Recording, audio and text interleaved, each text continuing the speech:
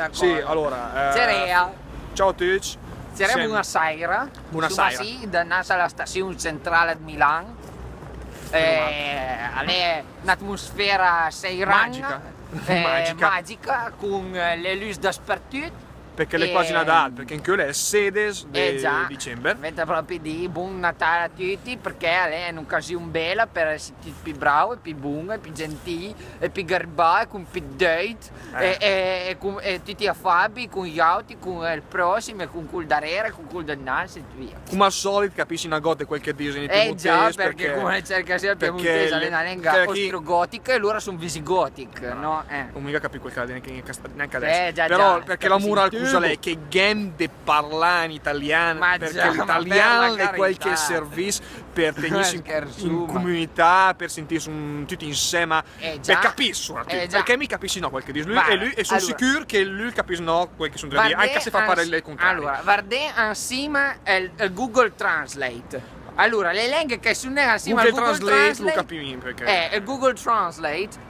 perché l'inglese guardi le varie lingue che è il piemontese, è il lombardo, scherzuma, sono dei dialetti del Pentu, capisci? o capisci anche il dialetto, perché è una parola universale che allora, non credo tanto alla parola dialetto. È la parola più giusta da dovrei con queste lingue del Bale che noi estruiamo in tutti questi territori, lingue delle persone che si dedicano del settore primario. E dico, guardate un po' che si aranda che è Milano. Milano, secondo voi, è una città fatta per il settore primario, è una città fatta per il settore secondario e terziario e quaternario. Le char che le parlare in una specie di dialetto perché le dravusa come un mat, come un strasce in mezzo alla piazza.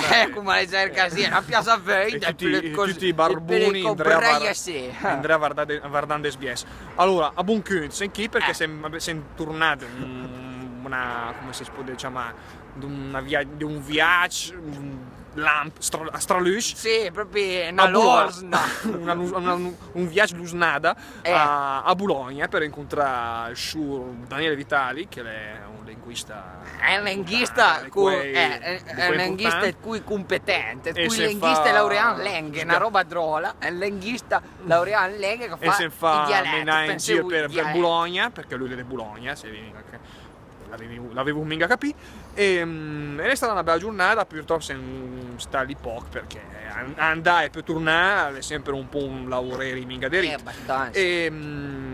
Insomma, per adesso a Milano, sto poi a Patà, andiamo di ciappare il treno per andare a Torino.